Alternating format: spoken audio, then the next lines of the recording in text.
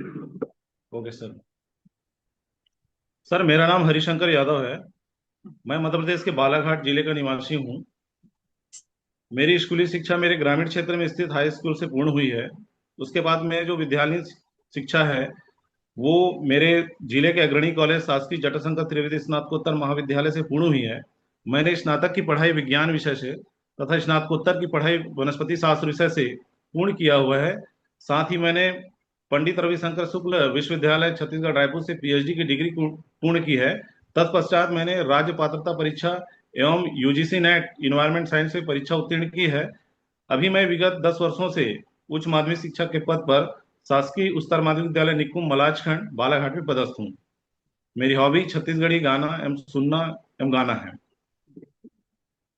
ये हरिशंकर जी, अ, आपकी जो पोस्टिंग है वो जनजाति कार्य विभाग। यह सर जनजाति कार्य विभाग में पदस्थ हूँ सर। मैं मेरा जो विभाग है वो जनजाति कार्य विभाग में आता है सर। जी जी। तो आप बता सकते हैं ये जनजाति कार्य विभाग का नाम कब दिया गया है इस डिपार्टमेंट को?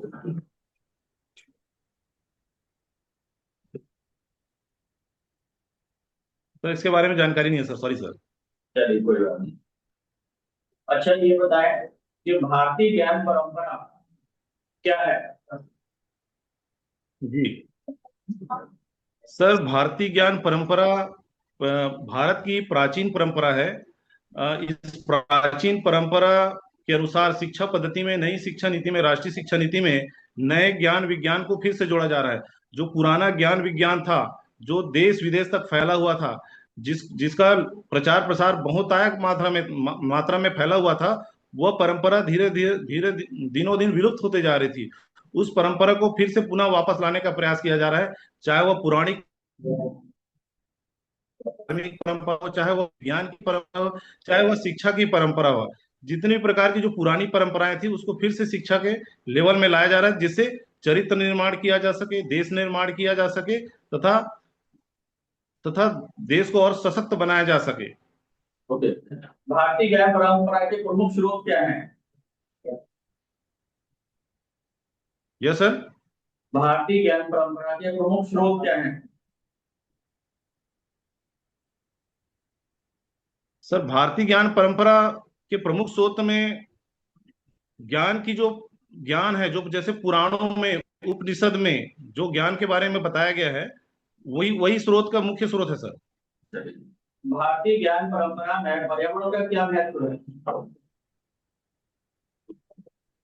सर भारतीय ज्ञान परंपरा में पर्यावरण के बारे में, जैसे पौधों का संरक्षण करना, पौधों की उपयोगिता के बारे में जानकारी एकत्र करना।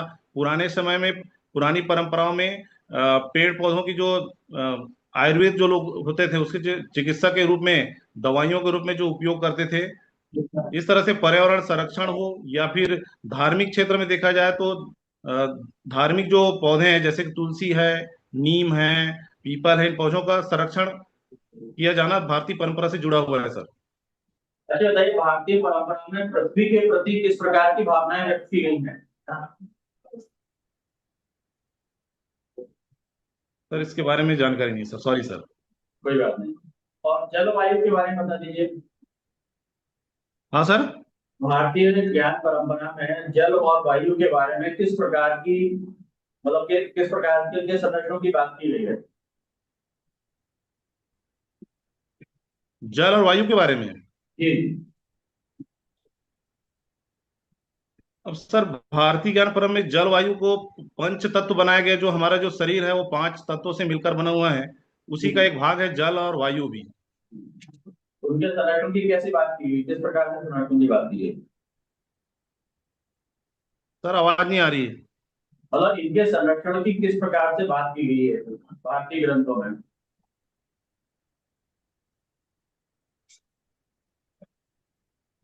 संरक्षण के बारे में सॉरी सर, मैं पढ़ा नहीं उसके बारे में, मैं आगे देखूंगा सर।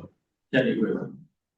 मेरा लास्ट क्वेश्चन आपसे, एनईपी 2020 का जो ड्राफ्ट है वो किसके नेतृत्व में तैयार किया गया था? समझा नहीं सर मैं। आवाज थोड़ा सा मतलब क्लियर नहीं आ रही सर। NEP 2020 yes sir. आपका ड्राफ्ट किसके नेतृत्व में तैयार किया गया था?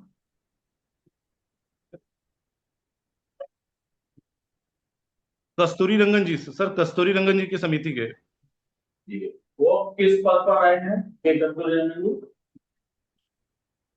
इसरो के इसरो के अध्यक्ष थे कस्तूरी रंगन जी, उन्हीं के दिशा निर्देश पर ये ड्राफ्ट तैयार हुई है। ठीक, चलिए अब आपसे क्वेश्चन मैम पूछेंगी। जी सर। हरिशंकर यादव जी, आपने यस पीएचडी मैम। जी, आपने पीएचडी का आपका जो आइटम था वो क्या था, किस टॉपिक का था आपका पीएचडी? मैम, पीएचडी का टॉपिक है phytochemical characterisation and genetic diversity analysis of Costus speciosus plant used in arthritis by Gond tribes of Balaghat district. तो बालाघाट की जो ट्राइब्स हैं उस पर आपने स्टडी किया है, ट्राइबल। Yes ma'am. वहाँ यस पर मैम। कौन कौन सी ट्राइब्स रहती हैं, कौन सी मतलब ज्यादा पाई जाती है बालाघाट में? मैम, डोमिनेंट ट्राइब्स में देखा जाए तो गोंड ट्राइब्स ज्यादा मात्रा में पाई जाती है। गोंड और बैगा, उसके बाद बैगा का नंबर आता है, सबसे ज्यादा गोंड पाई जाती है। ओके ओके, तो आपका कुछ स्पेसिफिक ट्राइब्स पर था या सभी पर? आपने जितनी भी जी मैम। ट्राइबल स्पीसीज जो ली है स्टडी के लिए, वो कुछ स्पेसिफिक थी या सभी पर कॉमन था?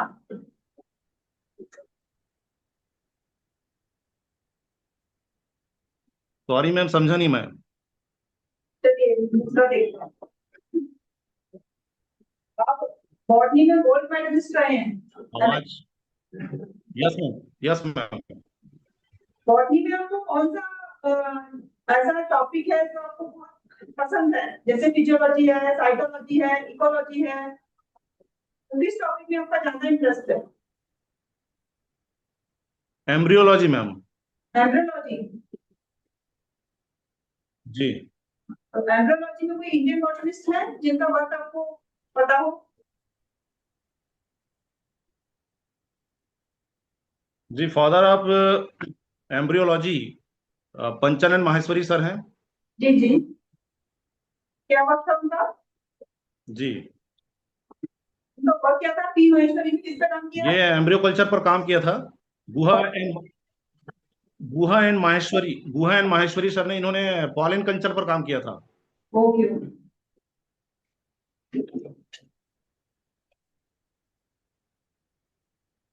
एनईपी 2020 के बारे में कुछ बताएंगे आप? जी मैम। एनईपी 2020 के बारे में कुछ बताएंगे आप? जी मैम। जी। बताइए। एनईपी 2020 में मैम, मेन रूप से देखा जाए तो ये इसको समग्र विकास पर जोर दिया गया है, जो कि जो ओल्ड जो अपनी पॉलिसी थी उसमें समग्र विकास पर जोर नहीं था, ओनली एजुकेशन एंड व्यवसायीकरण पर ध्यान दिया था, लेकिन यहाँ पर समग्र शिक्षा पर ध्यान दिया गया है। एनएपी 2020 में ऑनलाइन शिक्षा को ज्यादा महत्व दिया गया है। डिजिटल जितने भी डिजिटल पढ़ाई है उन पर ज्यादा फोकस किया गया है। एनईपी 2020 में 5+3+3+4 स्ट्रक्चर लाया गया है, जिसमें बच्चों को भाषाई आधार पर शिक्षा मिल सके, इस पर जोर दिया गया है, तथा वेल इंफ्रास्ट्रक्चर को जोर दिया गया है। साथ ही साथ ऑनलाइन शिक्षा के साथ साथ पढ़ाई के साथ साथ व्यवसायीकरण शिक्षा को भी साथ में जोड़ा गया है। जी, आप पहले स्कूली शिक्षा में थे, अब हायर एजुकेशन में आना चाहते हैं, तो आप ऐसा कौन सा इनोवेटिव टेक्निक निकालेंगे कि बच्चे आपके क्लासरूम में आए? क्योंकि आप तो काफी सारे माध्यम है, यूट्यूब से पढ़ सकते हैं बच्चे, गूगल से पढ़ सकते हैं, बच्चों के पास काफी सारे माध्यम है, वो कॉलेज आके क्लासरूम में जी पढ़ना मैम। क्यों, मतलब क्यों आना चाहेंगे वो क्लासरूम में? इसका कोई रीजन बताइए।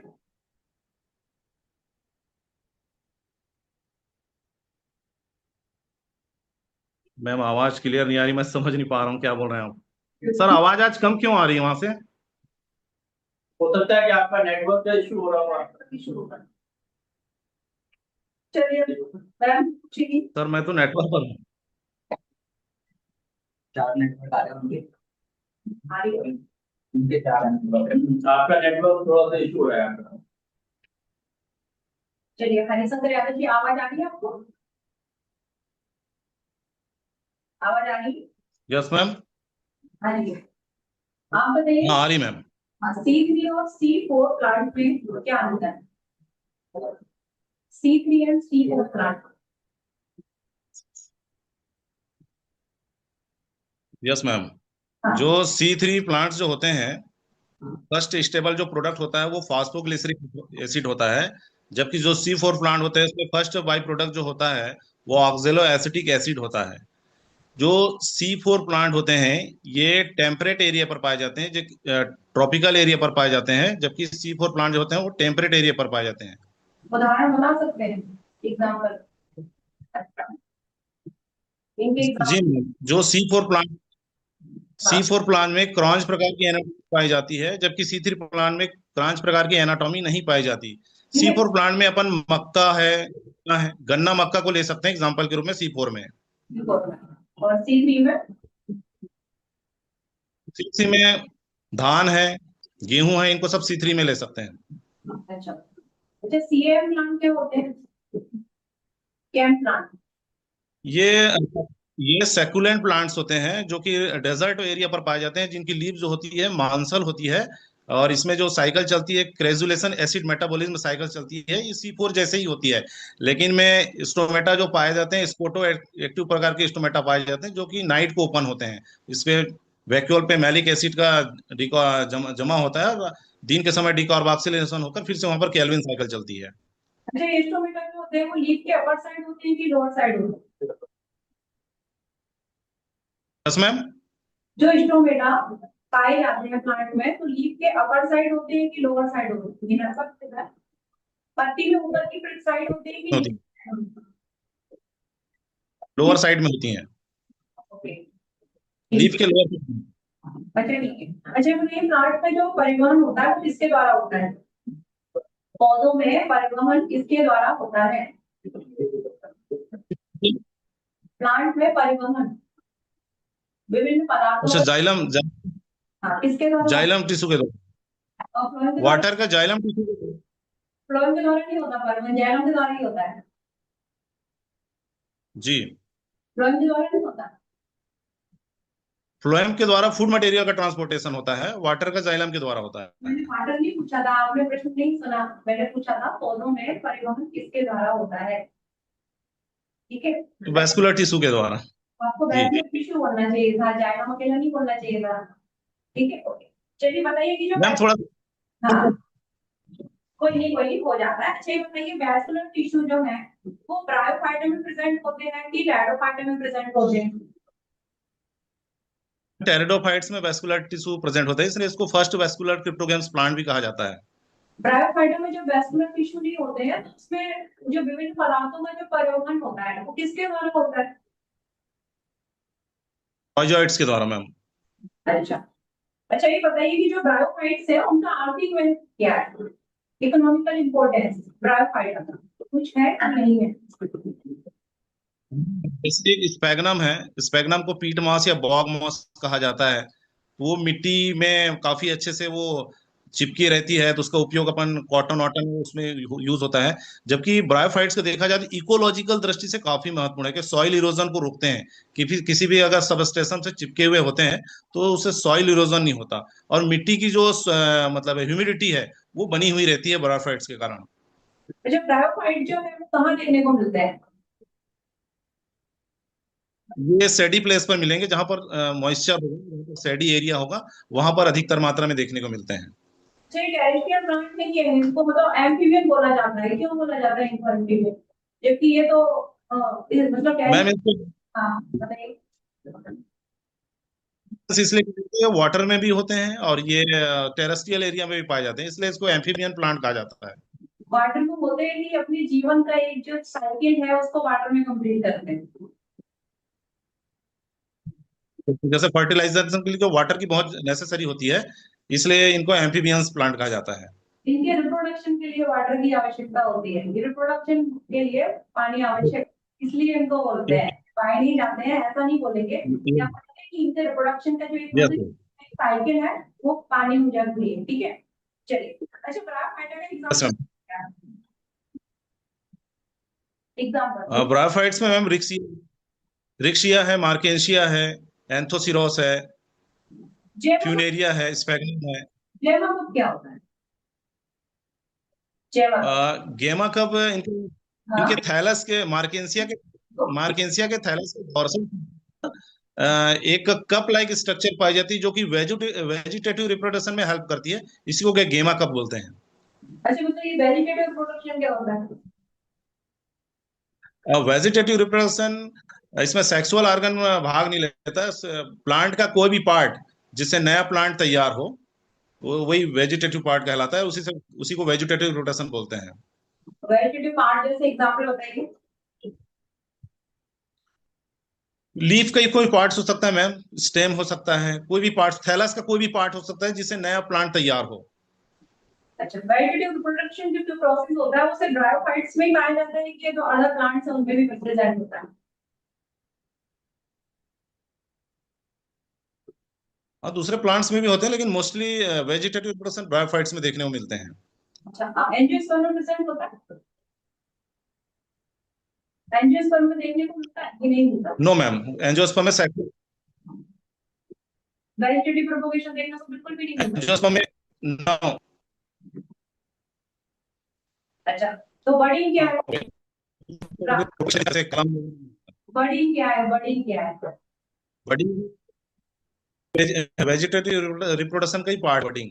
तो ये तो एंजियोस्पर्म में देखने को मिलता है, आप बोल रहे थे नहीं मिलता। चलिए कोई नहीं। अच्छा ये और बताइए, कोई नहीं हो जा।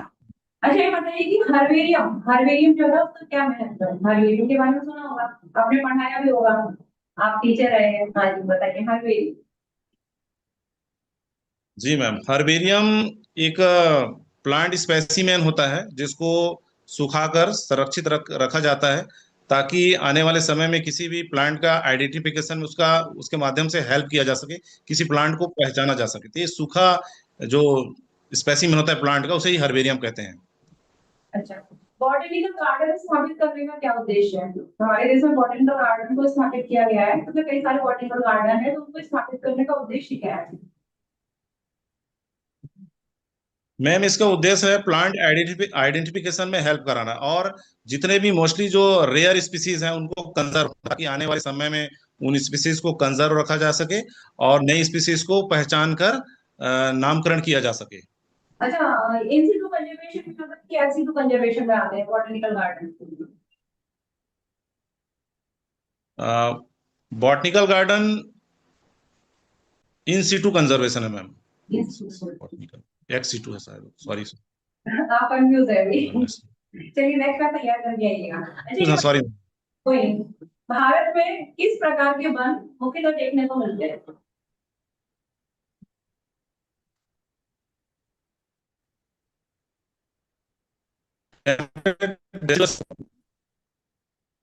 भारत में किस प्रकार के वन देखने को मिलते हैं, प्रकार बताइए। आवाज आ रही है?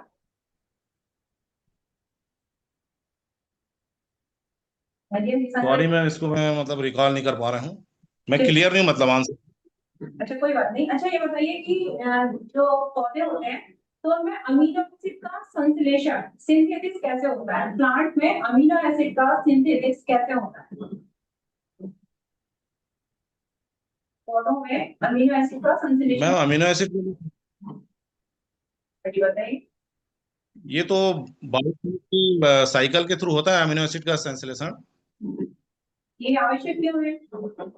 ये जी मैम, ये मतलब जरूरी क्यों है साइकिल होना दोनों में?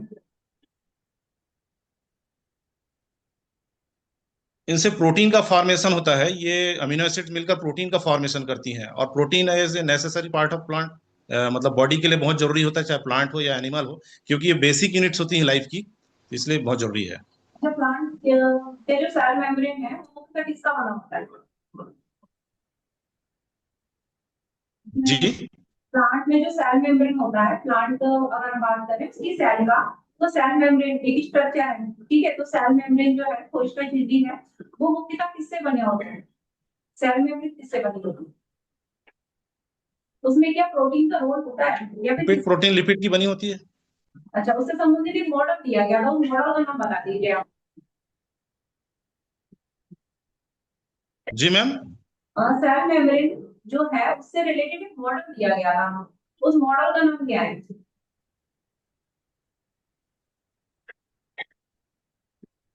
मैं समझ नहीं पा रहा हूँ, मेरे पास आवाज नहीं आ रही, मैं थोड़ा परेशान हो रहा हूँ आज। कोई नहीं, सेल मेम्ब्रेन। मैं फिर से आपको बता रही हूँ कि ये मैं पूछना चाहती हूँ कि जो कोशिका होती है, यानी कि पौधों की जो कोशिका होती है, प्लांट सेल होता है, उसमें आउटर सेल वॉल होता है, उसके बाद फिर सेल मेम्ब्रेन होता है। तो सेल मेम्ब्रेन में आपने बताया कि प्रोटीन होता है, ठीक है, लेकिन प्रोटीन से रिलेटेड एक मॉडल तैयार किया गया, मॉडल का नाम पूछना चाह रही हूँ। अच्छा, fluid mosaic model, singer and equal fluid mosaic model. Science, चलिए ठीक है। अच्छा ये बताइए कि भारत में आयुर्वेद की दृष्टि से उपयोगी पौधों के नाम बताइए, जो आयुर्वेद की दृष्टि से महत्वपूर्ण है। आयुर्वेद चिकित्सा में किन हम किन। सबसे पहले तो- हाँ, सबसे पहले तुलसी का पौधा है। तुलसी, तुलसी का बॉटनिकल नाम बताइए। तुलसी का पौधा। उसका बॉटनिकल नाम बताइए। उसके बाद गिलोय का पौधा। गिलोय का जी जी। बॉटनिकल नाम बताइए, तुलसी का बॉटनिकल तुलसी नाम बताइए। सेंक्टम है तुलसी का बॉटनिकल नेम, फैमिली इसकी लेबिएटी है। गिलो है टीनोस्पोरा कार्डिफोलिया, जो कि अभी कोरोना के समय काफी यूज हुआ। ये आयुर्वेदिक दृष्टि से काफी महत्वपूर्ण पौधा है। उसके बाद है नीम है, एजा डिरेक्टा इंडिका। इसके बाद है एलोवेरा, एलोवेरा बारबेंडेंस जो है, जिसको घी ग्वार कहा जाता है। फिर कोरोना का नाम लिया, कोरोना के टाइम पे अश्वगंधा का भी यूज काफी देखने को मिला है, तो अश्वगंधा जो विथानी उसका बॉटनिकल, हाँ उसका नाम बताइए, वैज्ञानिक नाम, बॉटनिकल नाम, वनस्पति नाम बताइए अश्वगंधा। विथानिया सोमिनिफेरा सोलेनेसी का है। सोलेनेसी फैमिली, अच्छा सोलेनेसी फैमिली के अन्य पौधों के नाम बताइए कुछ। यस मैम, सोलेनम आलू है, पोटैटो है, सोलेनम ट्यूबरोसम। टमाटर है, सोलेनम मेलनजीना। बैगन है, सोलेनम जेंथोकार्पम। ये ठीक है। अच्छा ये बताइए कि आलू, ठीक है आपने भी बताया, तो आलू से मुझे एक प्रश्न याद आ गया कि आलू में एक रोग होता है जिसे पोटैटो स्पिंडल ट्यूबर रोग बोलते हैं, तो इस रोग का क्या कारण है, ये रोग किसके कारण होता है। एक विरोइड्स होता है, जो जिसके चारों ओर एक वायरस होता है, जिसके चारों ओर प्रोटीन की कवर नहीं पाई जाती, नेक्ड न्यूक्लिक एसिड होता है, जिसको विरोइड्स कहा जाता है। ये प्लांट में डिसीज काज करता है, पोटेंटो स्पिंडल ट्यूबर डिसीज काज करता है। ओके, इसके अलावा कुछ प्लांट के नाम बता सकते हैं जिसके द्वारा जो वायरस है वो रोग पैदा करता है। जिससे वायरल से नहीं, वायरस के कारण कुछ अन्य पौधों के नाम बताइए जिनमें जैसे पोटैटो में स्पिंडल ट्यूबर डिजीज है, इसी तरीके से कुछ अन्य प्लांट्स भी हैं, बताइए उनके रोगों के एक नाम। नींबू सिट्रस, सिट्रस एक्सोकॉर्टिस डिसीज नींबू में। नारियल पे होता है केडंग केडंग डिसीज होता है, कोई केडंग केडंग डिसीज होता है, मैंने पढ़ा है नारियल पर।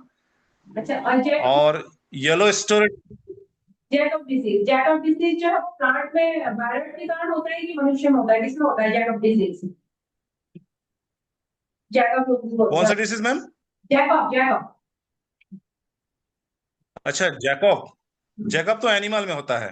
किसके कारण होता है, वायरस के कारण होता है कि वायरस के कारण होता है कि किसी और के कारण होता है, किसके कारण होता है, इसका कारण क्या है। सॉरी, मैं तो उसको नहीं रिकॉल नहीं कर पा रहा हूँ, लेकिन एनिमल में होता है, ऐसा पढ़ा हूँ मैंने। हाँ, तो वायरस के कारण नहीं होता, वायरस के कारण नहीं होता, प्रियोस के कारण होता है या फिर सन के कारण, ठीक है ओके। चलिए, अच्छा ये बताइए आप कि प्याज आप जब काटते हैं तो प्याज को काटने पर आंखों पे आंसू आते हैं, तो उस आंसू आने का क्या कारण होता है, प्याज में क्या प्रेजेंट होता है जिसके कारण हमें आंसू आते हैं। सल्फर कंटेनिंग कंपाउंड्स होते हैं, थायो आइसो थायोसाइनेट में पूरा नाम याद नहीं आ रहा, लेकिन सल्फर कंटेनिंग कंपाउंड होते हैं, थायोसाइनेट ऐसा कुछ केमिकल है। चलिए आगे टैक्स को अच्छे से तैयार करके आइए। अच्छा ये बताइए कि जो पॉलिनेशन है, पॉलिनेशन, तो पॉलिनेशन में मेनली किसका रोल होता है, पॉलिनेशन में किसका रोल होता है, पॉलिनेशन में प्लांट में जो पॉलिनेशन होता है तो उसमें किसका योगदान होता है, किसके मतलब योगदान से ये पॉलिनेशन की क्रिया होती है। पॉलिनेशन फर्टिलाइजेशन के लिए रोल प्ले होता है। नहीं पॉलिनेशन, एंथर से पॉलिन ग्रेन का निकलकर स्टिग्मा तक पहुंचना। मैं पॉलिनेशन की बात नहीं कर रही हूँ कि क्या होता है, मैंने पूछा पॉलिनेशन की जो क्रिया होती है उसमें किसका योगदान होता है, कौन से वो फैक्टर है जो उसके लिए रिस्पॉन्सिबल होते हैं,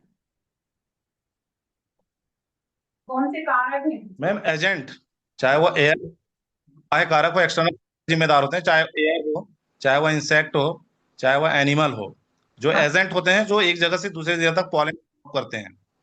हाँ, तो मैं यही पूछ रही थी। तो जो इंसेक्ट होते हैं, ठीक है, तो वो पॉलिनेशन करते हैं, लेकिन ना जो कैलक्स और कोरोला होता है, फ्लावर में कैलक्स एंड कोरोला होता है, तो उसका भी कुछ रोल होता है क्या पॉलिनेशन पे? कुछ उनका रोल है कि नहीं है?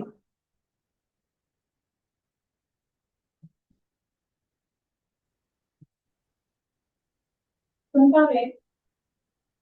Yes ma'am. कोरोला अट्रैक्ट करता है। अगर कोई भी इंसेक्ट है जो मतलब पॉलिनेशन करने वाला है, तो वो अट्रैक्शन का काम करता है, उसको अट्रैक्ट करता है किसी भी इंसेक्ट को। कोरोला का काम, जो कलर कलर होते हैं वो कलरफुल जो कोरोला होते हैं वो इंसेक्ट को अट्रैक्ट करते हैं, जिसके कारण पॉलिनेशन आसान से होता है। तो कोई ऐसा प्लांट हम बना सकते हैं जिसमें कलरफुल कोरोला नहीं पाया जाता? नेक्टर पाए जाएंगे उसमें। नेक्टर्स पाए जाएंगे जो स्मेलिंग को स्मेल प्रोवाइड करेंगे। स्मेल ज्यादा मात्रा में पाई जाएगी जो व्हाइट फ्लावर होंगे, और उनको इंसेक्ट स्मेल करके वहां पर आसानी से पहुंच सकते हैं। जब पार्थेनोकार्पी क्या है? जी मैम। पार्थेनोकार्पी, पार्थेनोकार्पी क्या है? मॉर्फोलॉजी।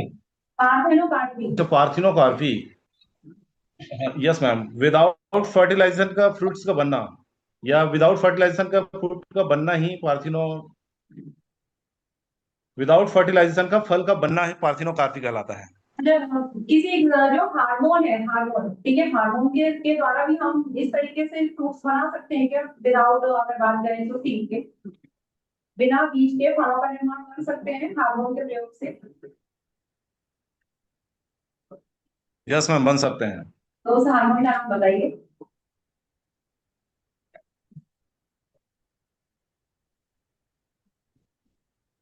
वो कौन सा प्लांट हार्मोन है जिसके द्वारा बिना सीड का हम फ्रूट्स बना सकते हैं? बिना सीड का फ्रूट्स बना सकते हैं। जिब्रालिन है। जिब्रालिन। तो जिब्रेलिक एसिड का महत्व बताइए, प्लांट में क्या महत्व होता है जिब्रेलिक एसिड का? जी। जिब्रेलिक एसिड का इंपॉर्टेंस बताइए।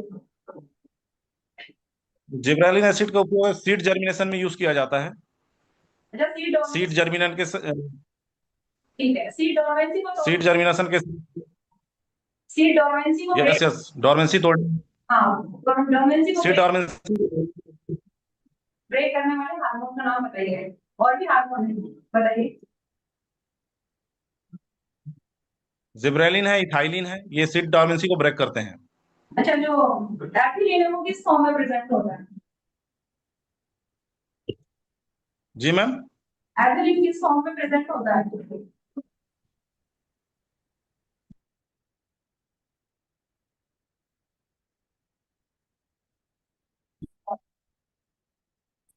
गैस फॉर्म है मैम, गैस।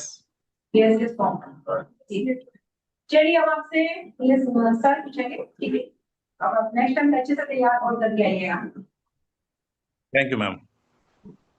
हरिचंद्र जी, आपका एमएससी में मेन सब्जेक्ट्स क्या है? यस सर, एमएससी में मेरे 4 पेपर थे सर। दो कॉमन रहते हैं, दो अ, मेन सब्जेक्ट्स क्या था? सर बॉटनी में 4 पेपर थे। जी। मेन सब्जेक्ट था प्लांट पैथोलॉजी। Plant pathology. जी। अपन प्लांट पैथोलॉजी के बारे में थोड़ी सी बात करें। अभी एनईपी में एक सब्जेक्ट विषय आया था बॉटनी में, इथेनोबॉटनी। क्या बता सकते हैं इसके बारे में कुछ? Yes sir. इथेनोबॉटनी के बारे में कुछ बता सकते हैं? Yes sir. इथनोबॉटनी में सर जो जितने भी जो ट्राइब्स होते हैं वो प्लांट्स का यूज करते हैं, अपने डेली यूज के रूप में यूज करते हैं, चाहे वो फूड हो या फोडर हो, या डेली लाइफ में जो यूज होने वाले जितने भी प्लांट प्रोडक्ट का यूज करते हैं, ये इथनोबॉटनी में आते हैं। कुछ मेडिसिनल्स के बारे में बताइए, इसका जो व्यापक क्षेत्र है मेडिसिन में, मेडिकल लाइन में, तो इनमें कौन कौन से यूज होते हैं प्लांट्स, कुछ बता सकते हैं? Yes sir. जैसे मेडिसिन में देखा जाए सर, गिलो है जिसको गुड़ची कहा जाता है, इसका उपयोग ये लोग करते हैं। उसके बाद एंटी मलेरियल में देखा जाए तो एंट्रीगैप्सिस पेनिकुलेटा, जिसको काल में कहा जाता है, इसको एंटी मलेरियल के रूप में यूज। सिंकोना की जो छाल है वो भी एंटी मलेरियल में यूज किया जाता है, सिंकोना ऑफिसिनेलिस। जी। उसके बाद जो अश्वगंधा है, अर्जुन का छाल है, के रूप में यूज करते हैं। उसके बाद आंवला है सर, हर्रा है, बहड़ा है, इनका फूड के रूप में यूज करते हैं। ऐसे मेडिसिन के रूप में भी त्रिफला बनाकर इसका यूज करते हैं। इसमें मेडिसिनल प्लांट आता है जिसको हम ज्यादा स्नेजिंग में या खांसी में लेते हैं, क्या बता सकते हैं वो कौन सा है? इसकी टहनियाँ या और सर, क्या चीज? हाँ सर, खांसी में तो तुलसी का यूज करते हैं, ऑक्सिमम सैंटम का। क्या आप उलटी का यूज नहीं करते, कोलेजन का यूज नहीं करते? हल्दी का भी यूज करते हैं सर। चलिए, आप ट्राइबल क्षेत्र से हैं कि वहां के लोगों के द्वारा पौधों का उपयोग किस प्रकार किया जाता है, खासकर मेडिसिन में? किस चीज का सर? ट्राइबल क्षेत्र में आयुर्वेदिक मेडिसिन चलती है, उसमें किन किन पौधों का या किन किन पौधों की जड़ों का या किस चीज का उपयोग किया जाता है आयुर्वेद?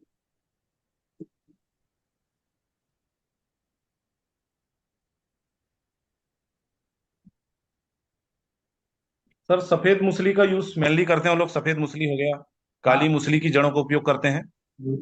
इसके अलावा जो बैचांदी होता है, उसका भी रूट का वो लोग कंद का उपयोग करते हैं। उसके साथ साथ ये तीखूर होता है, एक प्लांट तीखूर, उसका भी उपयोग करते हैं सर। गठिया रोग के उपचार के लिए अपन क्या यूज कर सकते हैं? गठिया गठिया रोग जो होता है जिसको अपन आर्थराइटिस बोलते हैं, हाँ सर। गठिया रोग जिसको आर्थराइटिस बोलते हैं, उसमें कौन से प्लांट का या उसके कौन से प्लांट के किस पार्ट का उपयोग करते हैं?